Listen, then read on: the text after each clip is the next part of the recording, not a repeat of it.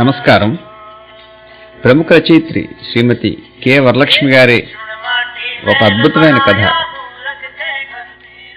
ఖాళీ సంచులు మీకోసం అందిస్తున్నది మీ లక్ష్మణ శాస్త్రి. మనసుని పట్టి కుదిపేసే ఒక అద్భుతమైనటువంటి జీవిత సత్యాన్ని, పరమోత్కృష్టమైనటువంటి ఒక వైరాగ్య భావాన్ని మీకు అందిస్తుంది ఈ కథలోని ముగింపు. రచయిత్రికి ఎంతో పేరు తెచ్చిపెట్టినటువంటి ఈ కథని వినండి మీకోసం.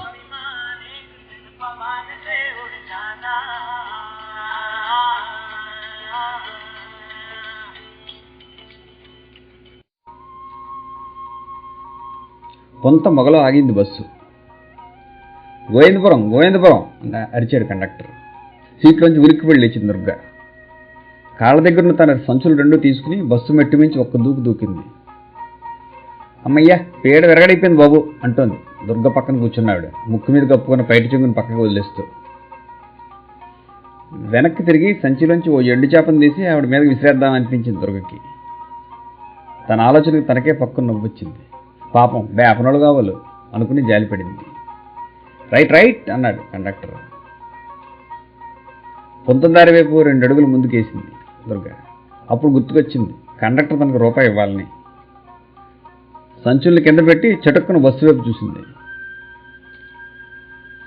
నల్లటి తారు రోడ్డు మీద స్పీడ్ అందుకుని అడవి లోపల ఊళ్ళ వైపు దూసుకుపోతోంది బస్సు.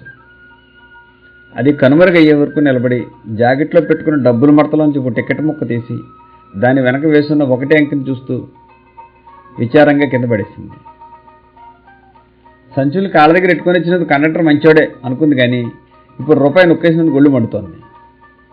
ఈ కండక్టర్లు ఎప్పుడు ఇంతే, మనం ఒక పావులో తక్కువ ఇచ్చినా ఒప్పుకోరు, వాళ్ళు ఇవ్వాల్సిన సిల్లర్ ఉంటే వెంటనే ఇవ్వరు, ఇలాగే మర్చిపోతారు అనుకుంది తనలో తను చిరాగ్గా. పొద్దున్నే ఎవరి ముఖం చూసానో రూపాయి దండగా సంచులు చేతిలోకి తీసుకుంది. అమ్మో చాలా బరువున్నాయే, ఇటు నట్టుకుని 4 మైళ్ళు నడకంటే మాటలా అనుకుంటూ వెనక్కి తిరిగి రోడ్డు అవతల టీ పాక వైపు చూసింది. ఊళ్ళోకి వచ్చేవాళ్ళు ఎవరన్నా తారసపడతారేమో అని. ఇటే చూస్తున్న టీ పాక భద్రం దుర్గను పోల్చుకుని, ఓ నువ్వంటే దుర్గా, ఇంకెవరో అని చూస్తున్నాను, ఇదేనా రావటం, దా ఇలాదా టీ తాగెళ్దు కానీ అని పిలిచాడు. దుర్గ చొరవగా అటు నడిచి, బాగున్నావా మాయ్యా అంది బల్ల మీద కూర్చుంటూ. భద్రం మొహం చేటంత చేసుకుని, నా బాగేం లే, ఏదో ఇలా నడిచిపోతుంది బండి, నువ్వెలాగున్నా తెలుస్తానే ఉందిలే, బస్తీ నీళ్ళు బాగానే ఉండబట్టే అని అన్నాడు నకసిక పర్యంతం దుర్గను చూస్తూ.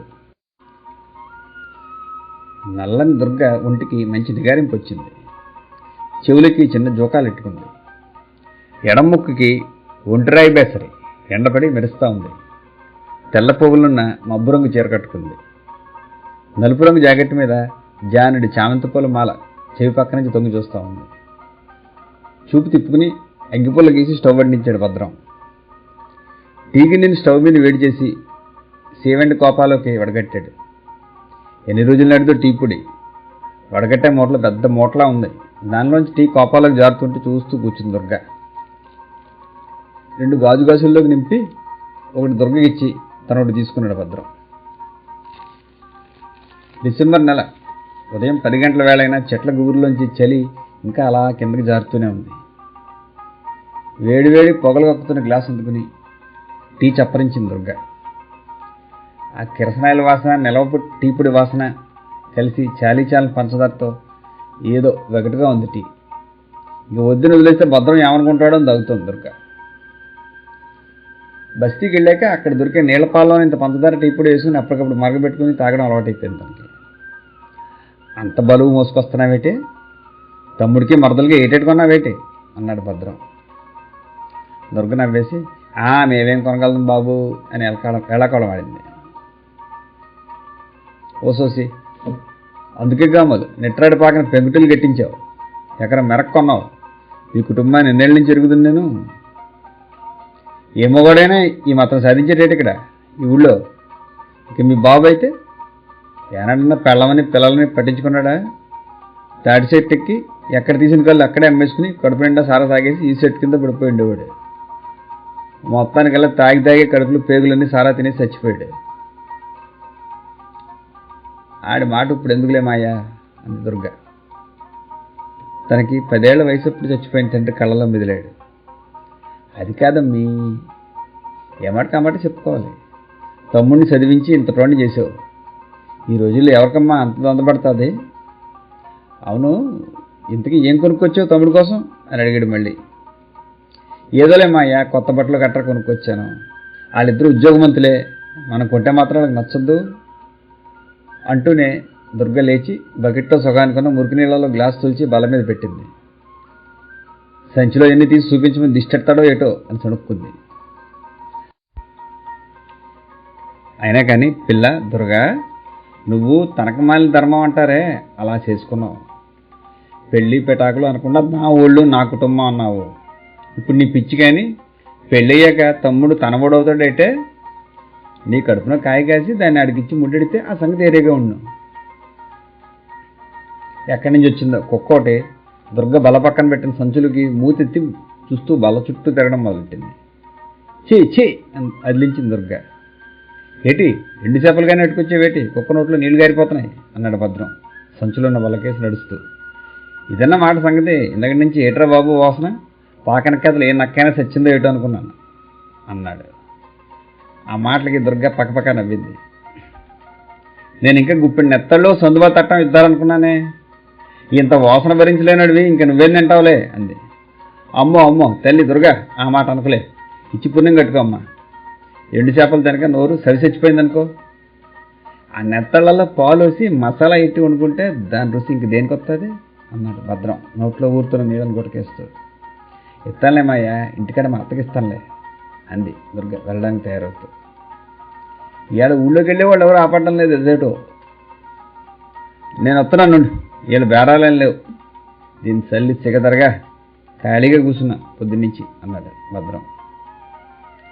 టీ గిన్నెలు స్టవ్ పక్కనే ఉన్న పెద్ద చెక్కపెట్టలో పెట్టి తాళం బిగించాడు. జేబులోంచి బీడీ ఒకటి తీసి నోట్లో పెట్టుకుని పాలు కాయడానికి వేసిన పిడకల దాలిలో నిప్పు కోసం చాలాసేపు కెలికాడు.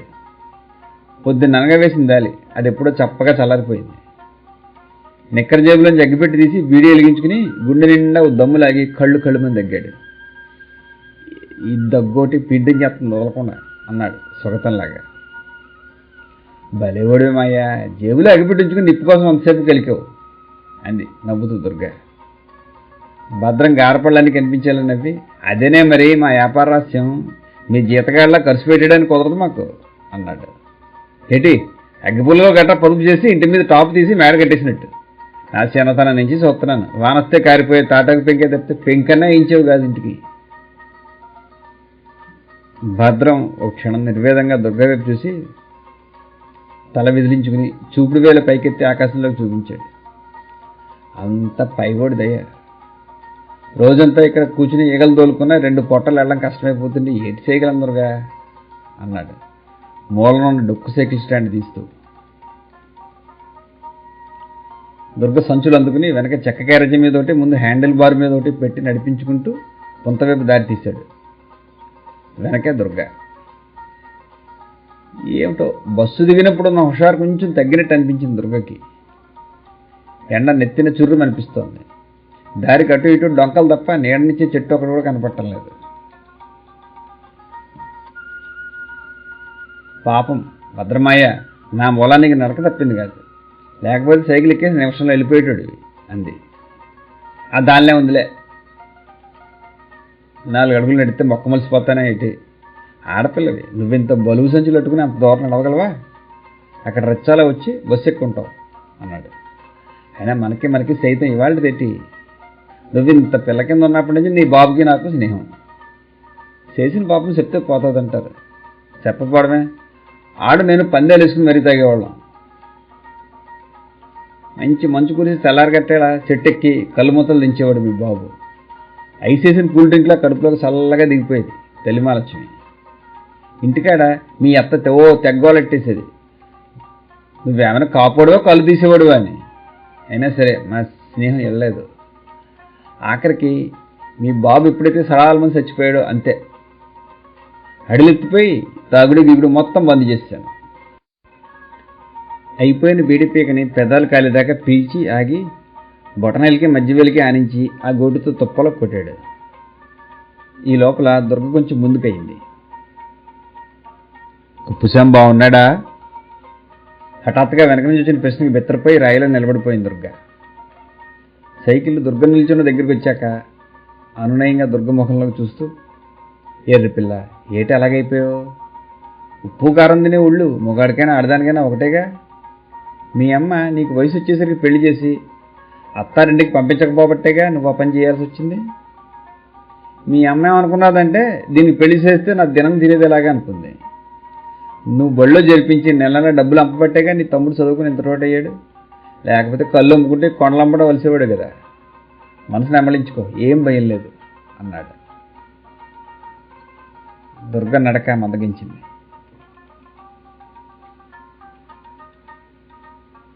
సంకురాత్రి ముందు ట్రాలర్ మీద ఒరిస్సా సముద్రంలోకి వెళ్ళిన కుప్పుసామి గుర్తుకొచ్చాడు. కోరమీసం, కండలు తిరిగిన కారునలుపు శరీరం, తెల్లగా మెరిసే పలువరస, ఉంగరాలు తిరిగిన దుబ్బు జట్టు అతని తలుపుతో ఒళ్ళంతా పులకరింతలా జలధరించింది. గతంలోకి మనసు పరిగెట్టింది. తనకప్పుడు 10 ఏళ్ళు ఉంటాయేమో. అప్పట్లో ఈ పక్క ఊళ్ళో వరుసగా 5-6 ఏళ్ళు వానాలు పడక పొలం పనులు లేకపోయాయి. ఎక్కడ పనులు దొరికితే జనం అక్కడికి వలసపోయారు. చాలామంది దగ్గరలో ఉన్న జగ్గంపేట పెంకుల మిల్లుల్లో కూలీలుగా చేరిపోయారు. తండ్రి పోయాక ఇంటికి పెద్ద దిక్కుగా తనే నిలబడాల్సి వచ్చింది. తల్లి ఉత్తి అర్భకం మనిషి. ఒకరోజు పనికి వెళ్తే వారం రోజులు పడకేసేది. తమ్ముడు పసిపిల్లాడు. 5-6 గర్భిణీలు పోయాక పుట్టిన మొగనలసని తల్లికి ఆడంతే ప్రాణం. తనకే అంతే. నడకొచ్చిన దగ్గర నుంచి తన పరకణీ కుర్చీలు పట్టుకుని అక్క అక్క అంటూ వదలకుండా తిరిగేసేవాడు. ఈ పెంకుల మిల్లులో మట్టి తట్టలు మోసే బరువు పని తన వల్ల కాలేదు. అందుకే తెలిసిన చుట్టాలు ఎవరి ద్వారానో తల్లి తనని కాకినాడ పంపించింది.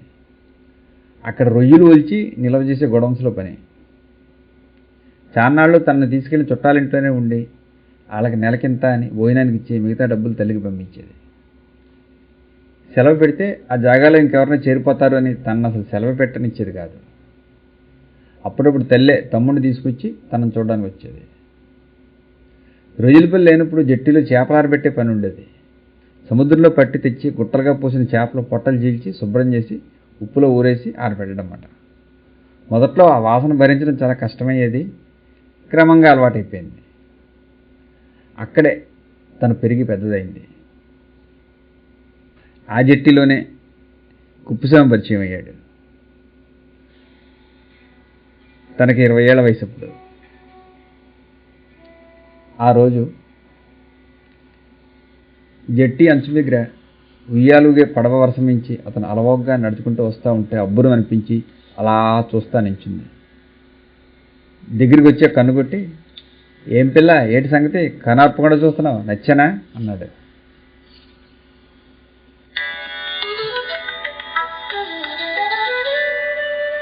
తను ఉడుక్కుని, నిన్నేం కాదులే పడవలు చూస్తున్నా అంది. అయితే పని మానేసి పడవలు చూస్తున్నామట, ఉండు మేనేజర్తో చెప్తాను అంటూ నవ్వుతూ వెళ్ళిపోయాడు.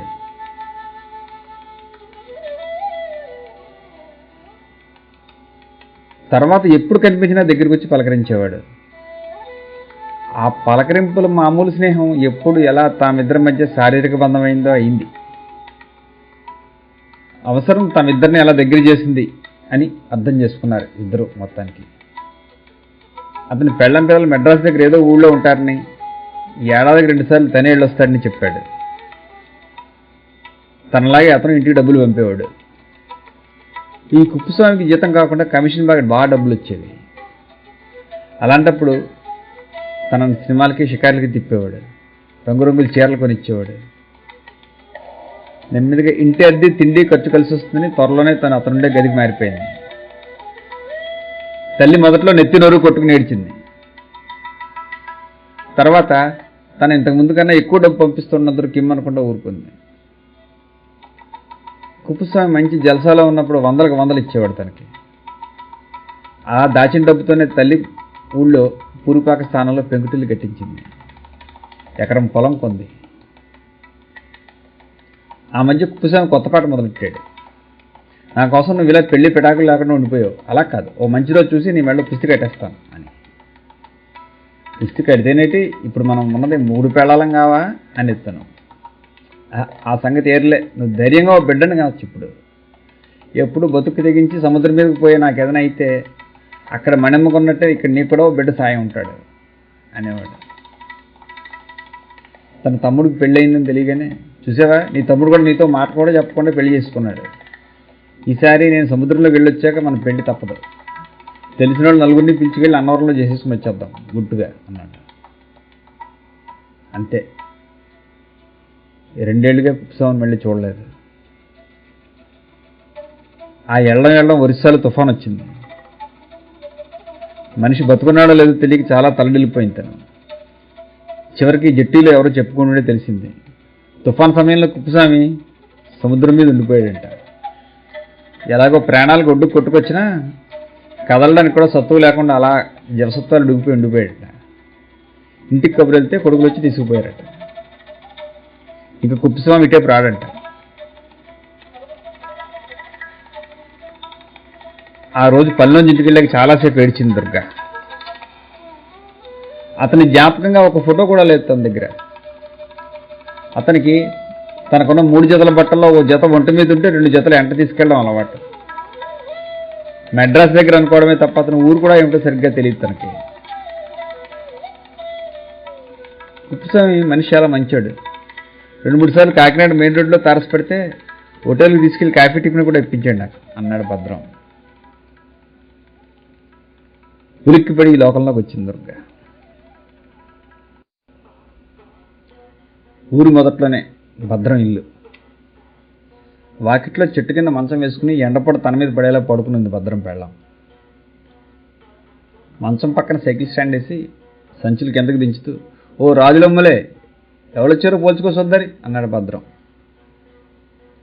ఇదేటత్తా ఇలా అయిపోయో అని మంచం మీద పక్కనే కూర్చుంది దుర్గ. నేనత్తా దుర్గని గుర్తుపట్టలేదా అంది.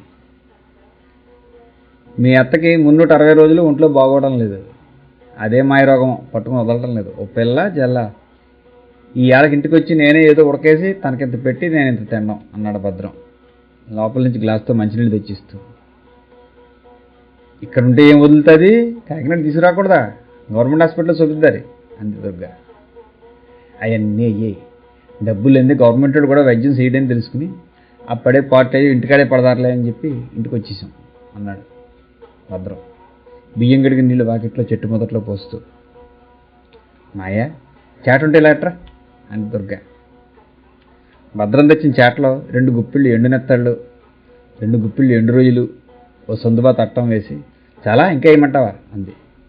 అసలు తల్లి ఇయే ఎక్కువ, నీ పుణ్యమని 2 నెలల పాటు వండుకు తింటాం. ఈసారి అన్నంలో ఉప్పు చేప నంచుకు తింటాను ఎప్పటి నుంచో అడుగుతాను మీ అత్త, ఇప్పుడే కాల్చెడతాను అన్నాడు భద్రం మొహం వెలిగిపోతుంటే. ఇంటికి వచ్చి దిగబెడతా అన్నాడు కానీ వద్దులే అని వారించింది దుర్గ. ఊరికి ఆ చివర ఎండ్రపేటలో దుర్గ ఇల్లు. ఊరి మధ్య వీధి గుండా ఏమాత్రం మారని ఇల్లు చూస్తూ మనుషులు పలకరిస్తూ నడుస్తోంది. సంచులు బరువుకి ఇటు అటు ఒరుగుతూ నడుస్తున్న దుర్గను చూస్తూ, ఏండ్ల ఎరై కూతురు అని దుర్గ కనపడేలా గుసగుసలాడుకుంటున్నారు కొందరు. ఏడుపిల్లో ఎంత బరువు మోసుకొస్తున్నావు అని ఇచ్చకాలాడి పలకరిస్తున్నారు మరికొందరు. 1 గంట రోజులు కావడం వల్ల పండగ పనుల్లో మునిగిపోయి ఉన్నారు ఆడాళ్ళంతా. కొందరు ఎర్రమట్టితో గోడలు అరుగులు మెచ్చుతున్నారు. కొందరు వాకిళ్లలో బండి ఇతర సామాన్లు వేసుకుని చింతపండు ఏటిసికాయ పెట్టి తళతళ మెరిసేలా తోముకుంటున్నారు. కొత్తగా చర్చి కట్టినట్టున్నారు. దక్షిణవే పేటలోంచి మైకులో యేసుక్రీస్తు పాటలు వినబడుతున్నాయి. కిస్మిస్ కదా అనుకుంది దుర్గ తనలో. ఇల్లు కట్టాక ఎప్పుడు పగటి వేళ రాలేదు, రాత్రి వేళ వచ్చి పొద్దున్నే వెళ్ళిపోవడమే. ఇంక తల్లి పోయాక ఆ రావడం కూడా తగ్గిపోయింది. దూరంగా నిలబడి ఇంటికేసి గర్వంగా తృప్తిగా చూసుకుంది దుర్గ. చిన్నదైతేనేం కాక తరు కట్టించుకున్న ఇల్లు, తన సొంత ఇల్లు. దిటి వాకిట్లో 4 బంతి మొక్కలైనా వేసారు కాదు అని మనసులోనే విసుక్కుంది. అరుగు మీద నవ్వారు మంచం వేసింది. గోడకి 2 దిండు జారబెట్టి వాటికి వీపు ఆనించి పత్రిక ఏదో తిరిగేస్తున్నాడు వెంకటేష్. తెల్లని లుంగి మీద పొడుగు చేతులు చొక్కా వేసుకుని రాజాబాబులో ఉన్నాడు. తమ్ముడిని చూసి 2 ఏళ్ళు దాటిపోయింది తను. ఉద్యోగంలో చేరకముందో తరచుగా తను చూడాలని వచ్చేవాడు. విశాఖపట్నంలో ఉద్యోగంలో చేరాక దూరం కావడం వల్ల కాబోలు అసలు ఇటు పక్కే రాలేదు. బక్కపలచగా ఉండేవాడు, కొద్దిగా ఒళ్ళు చేసి రంగు వచ్చాడు. ఫ్యాషన్ కాబోలు ఇదివరకు ఉండే నొన్నట మీసం తీశాడు. జుట్టేమో పైకి దువ్వాడు. అదేదో సినిమాలు హీరోలో ఎంత అందంగా ఉన్నాడో తన తమ్ముడు. సరి చేయకుండా మెట్లెక్కి పుస్తకం లాక్కుని టపక్కమని పక్కన పడేసింది. తమ్ముడు, ఎన్నాళ్ళు అయిపోయిందిరా నిన్ను చూసి అని ఒక అరుపరిచి తమ్ముడు కంటాన్ని వాటేసుకుంది.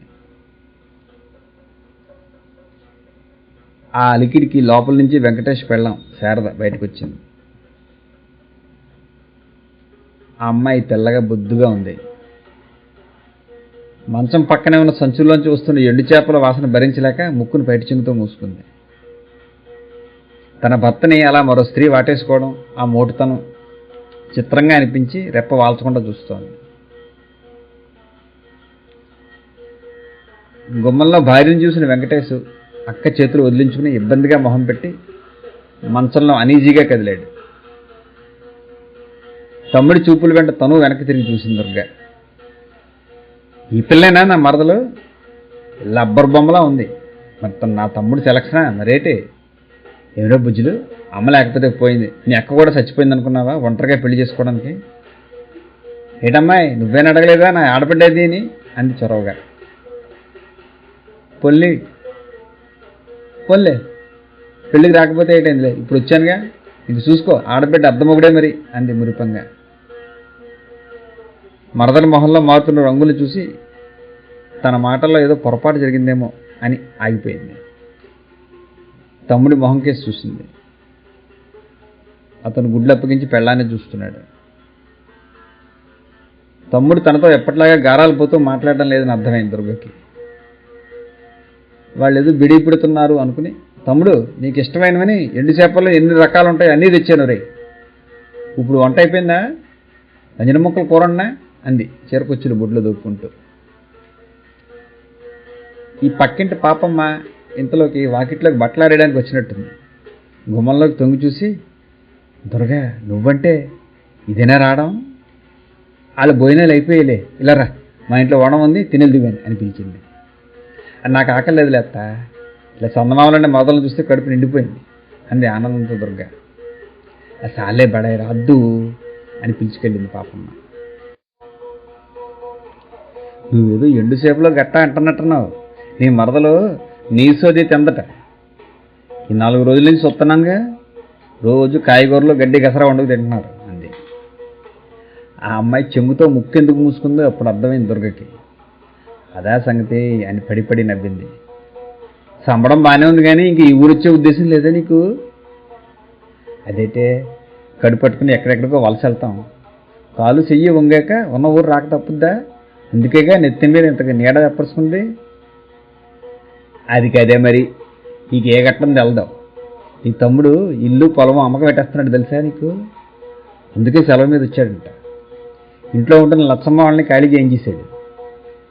ఈ విషయం నీకు తెలుసో తెలీదో అని రాముగారి చేత నేనే రమ్మని కబురెట్టాను. దుర్గ నవ్వు ఆగిపోయింది. నోట్లో పెట్టుకోబోతున్న అన్నం ముద్ద కంచంలో పడిపోయింది. నువ్వా కబురెట్టింది అన్న మాట గొంతులోనే ఆగిపోయింది. తమ్ముడే చూడాలని పిలిపించాడు అనుకుంది. అంతలోనే తేరుకుని, పోన్లే అత్త, నా తమ్ముడు చదువుకున్నాడు, ఎప్పుడేం చేయాలో అడిగి తెల్లదేటి అంది మౌనంగా గ్లాసు నీళ్లు తాగి. అంత తెలిసినాడైతే అక్క పెళ్లి చేయకుండా తను పెళ్ళాడి పెళ్ళాన్ని ఎంటెత్తుకొస్తాడేటి? అది 2 ఏళ్ళ తర్వాత. ఇందాక నుంచి వింటున్నాను, తమ్ముడు తమ్ముడు నువ్వు ఎంపర్లాడుతున్నావు కానీ ఆ నూటంబడి అక్క అని ఒక ముక్క వచ్చిందా? ఇంకా ఏదో మా ఐదారి భ్రమలో ఉన్నావే, ఎల్లెళ్ళు నీకే తెలుస్తుంది. సర్లే ఊరుకో అత్త, నాకు ఈ వయసులో పెళ్ళేటి, ఎవరైనా వింటే నవ్విపోతారు. తమ్ముడు ఎక్కడ ఉంటే నేను అక్కడే ఆడి పిల్లల్ని పెంచుకుంటూ పోషించుకుంటూ ఉండిపోతాను అంది దుర్గ లేని సంబరాన్ని కొని తెచ్చుకుని. సరే కానీ పాపమత్త, ఆ చేపల నుంచి నువ్వు తెచ్చేసుకో, ఆ వాసనకి మా మరదల పిల్ల డోక్కుంటుందేమో కూడాను. కంచం కడిగి బోర్లించి ఇంటికి తిరిగి వచ్చింది. పాపమ్మ పట్టుకెళ్ళిన సంచి కాక 2వ సంచి తను ఎక్కడ పెట్టిందో అక్కడే ఉంది. దాని నుంచి తన తమ్ముడు కోసం కొనుక్కొచ్చిన 2 జతల చెప్పులు బట్టలు తీసి బయట పెట్టింది. మరదల కోసం కొనుక్కొచ్చిన చీరలు, జాకెట్లు, స్టీల్ గిన్నెలు, స్వీట్లు, పళ్ళు, పూలు అన్నీ మంచం మీద పెరిచి అరుగు చివరికి వచ్చి ఖాళీ సంచి దులిపేసింది. తీసుకోండి, ఇవన్నీ మీకే అంది. బొడ్లో దోపుకుని ఎరకాయ పొట్ల విప్పి తళతళ మెరుస్తున్న తెల్లరాయం కూడా తీసి తమ్ముడు వెలుగు దొరికింది. అప్పటికి నోరు విప్పాడు వెంకటేష్. ఎందుకు ఇప్పుడు ఇవన్నీను అన్నాడు. తను లేని సమయంలో ఏం మాట్లాడుకున్నారో ఇద్దరు మొహాలు గంటలెట్టుకుని ఉన్నారు. దుర్గ చొరవగా లోపలికి వెళ్ళలేకపోయింది. అక్కడే గోడకు చేరబడి కూర్చునిపోయింది. వెంకటేష్ గోడ వైపు చూస్తూ, ఇక్కడి వ్యవహారం అంతా ముగిశాక నీకు తెలియజేద్దాం అనుకున్నాను, ఇంతలోకి నువ్వే వచ్చావు. శారదా నేను అమెరికా వెళ్ళే ప్రయత్నంలో ఉన్నాం. అక్కడ వాళ్ళ బాబాయ్ ఉన్నాడు. ఆయన మాకిద్దరికి అక్కడ ఉద్యోగాలు చూశారు. కొంత ఖర్చు వాళ్ళ నాన్నగారు పెట్టుకుంటున్నారు. అది చాలక ఈ ఇల్లు పొలం అమ్మేద్దాం అనుకుంటున్నాను అన్నాడు. దుర్గకి ఎవరో నెత్తి మీద సమ్మెడితో మోదినట్టు అయింది. ఆకాశానికి భూమికి మధ్య ఒంటరిగా గిరగిరా తిరిగినట్టు అయింది. తనను తను తమాయించుకునేసరికి కళ్ళ నిండా నీళ్లు నిండుకొచ్చాయి. అమెరికానా, అంత దూరమా అంది ఎలాగో మాట మీద మాట పెరిచి. అవును మరి, ఇద్దరం కంప్యూటర్ ఇంజనీర్లమే కదా, ఇక్కడుంటే ఏం సంపాదిస్తా, మా బూడిదే అన్నాడు. మరి మరి నేనురా అంది దుర్గ. ఆ పైన మాట పెగలలేదు. ఈ కుప్పిసా ఉన్నాడు కదా అనేశాడు వెంకటేష్. ఆ గొంతులో ధ్వనించిన వ్యంగ్యం ఎగతాళి దుర్గకి జరగతాల్లో తగ్గాయి. అయినా నువ్వు ఇప్పుడు ఎందుకు వచ్చావో నాకు తెలియదు అనుకోకు. ఈ అమ్మకం జరగకుండా ఆపాలనేగా.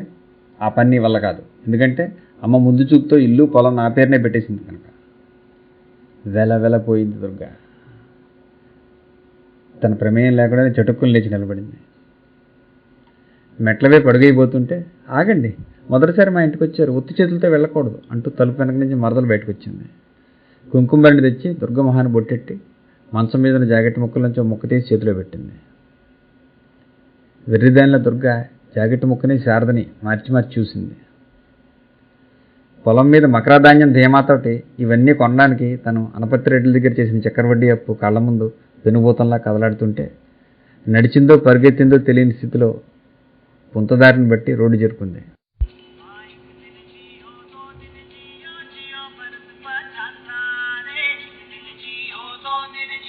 కదలడానికి సిద్ధంగా ఉన్న బస్సు ఎక్కబోతుండగా వెనక నుంచి సైకిల్ బెల్లం మోగించుకుంటూ దుర్గా దుర్గా ఓ దుర్గా అని అరుచుకుంటూ వచ్చి, ఈ సంచులు మర్చిపోయావంట మీ తమ్ముడింట్లో అని ఖాళీ సంచులు చేతికి అందించాడు భద్రం.